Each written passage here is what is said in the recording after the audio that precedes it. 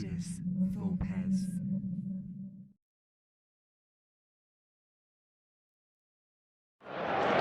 Welcome to Ludus Full Pez. My name's Kirsty, and today we're at PAX Unplugged with Ted from TNT Laser Works.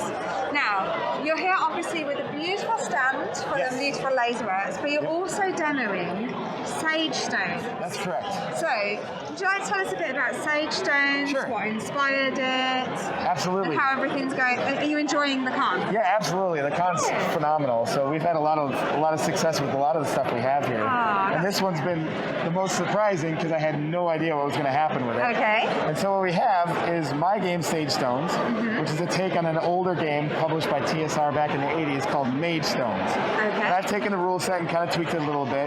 But then on top of that, making a fun game, I've also made a piece of art. I really want the board to be something that you display in your home. Yeah. So going into the rule set, the object of the game is to put your 10 tokens on the board before anybody else puts their tokens on the board. Okay. And to do that, we roll these dice, which are D3. They have 1, 2, 3 on them twice. Okay. We're going to roll these guys, and we're going to add up the totals. So in this case, we get 7. I take my piece, and I can put it anywhere in column 7, not on the numbers, and we put it down.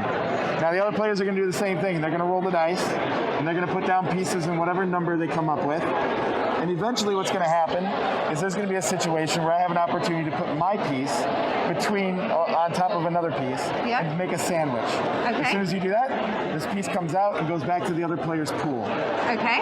And so we can do that in the vertical direction, we do it diagonally, we do it horizontally, and then also the board wraps around, and so you can do it over these edges. Wow. It does not wrap in this direction. Okay. So this would also take them out. On top of those shenanigans, if you end up having a whole row of people set up, you can put down your stone and take out everybody in that row. And then with the dice, there's a little bit of dice shenanigans. Okay. So with the dice, if you roll these guys and you get a 1, 2, 3, you lose your turn. You don't get to put a piece down and you pass the dice on. Okay. If you get a triple of any kind, either 1s, 2s, or 3s, you get to put your piece in the really hard to get row, column, and then you get to re-roll the dice and play and put another piece on the board. In this case, you roll a 1, 2, 3 and you lose your turn. That happens way more than it probably should. There's a little bit of statistics with the game. 5 and 7 are going to be the most common numbers that you roll, so a lot of pieces end up in these 2 rows. Next is going to be your 4 and 8, and then the really hard ones are 3, 9, and 6. Okay. And now the 6 is really rare because I've taken the 1, 2, and 3 and made that a pass your turn. Otherwise, this is actually the most common roll. I can imagine. And so that's about it. You just pick a color, start rolling some dice, and start putting pieces on the board. And so how many players does it play up to? So it goes up to 6 players. 6 players. Although if I'm playing with 6 players, I'll usually cut the number of tokens down to 8. Okay. Because otherwise the game kind of goes on for a really long time. This is, and so one of the things that people may not know at home is that each board is made uniquely. That's correct. By yourselves. So these are all made by hand. The artwork was made by one of our staff members.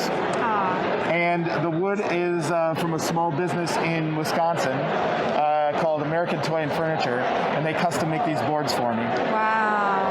And so along with putting all of this inlay in here, we also have the instructions engraved on the back. Oh, wow. And then they had a little routing hole put in these guys for me so you can hang it on the wall. That's such a good idea. And this becomes an art piece. It's meant to be displayed on your wall in your hobby room.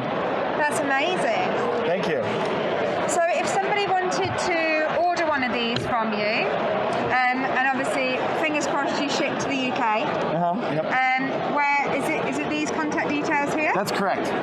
So I have a website, TNTLaserworks.com. I have a page on there specifically set up for a Mage Stone pre-order. And for $150, you get all of this stuff here. Wow. And in the United States, it's free shipping. Yeah, obviously. But internationally, it's going to be shipping. No, that's fine. That's fine. Thank you so much for taking some time to talk to us today. Yeah, no problem. And we wish you all the very best. Thank you very much. It's been nice meeting you.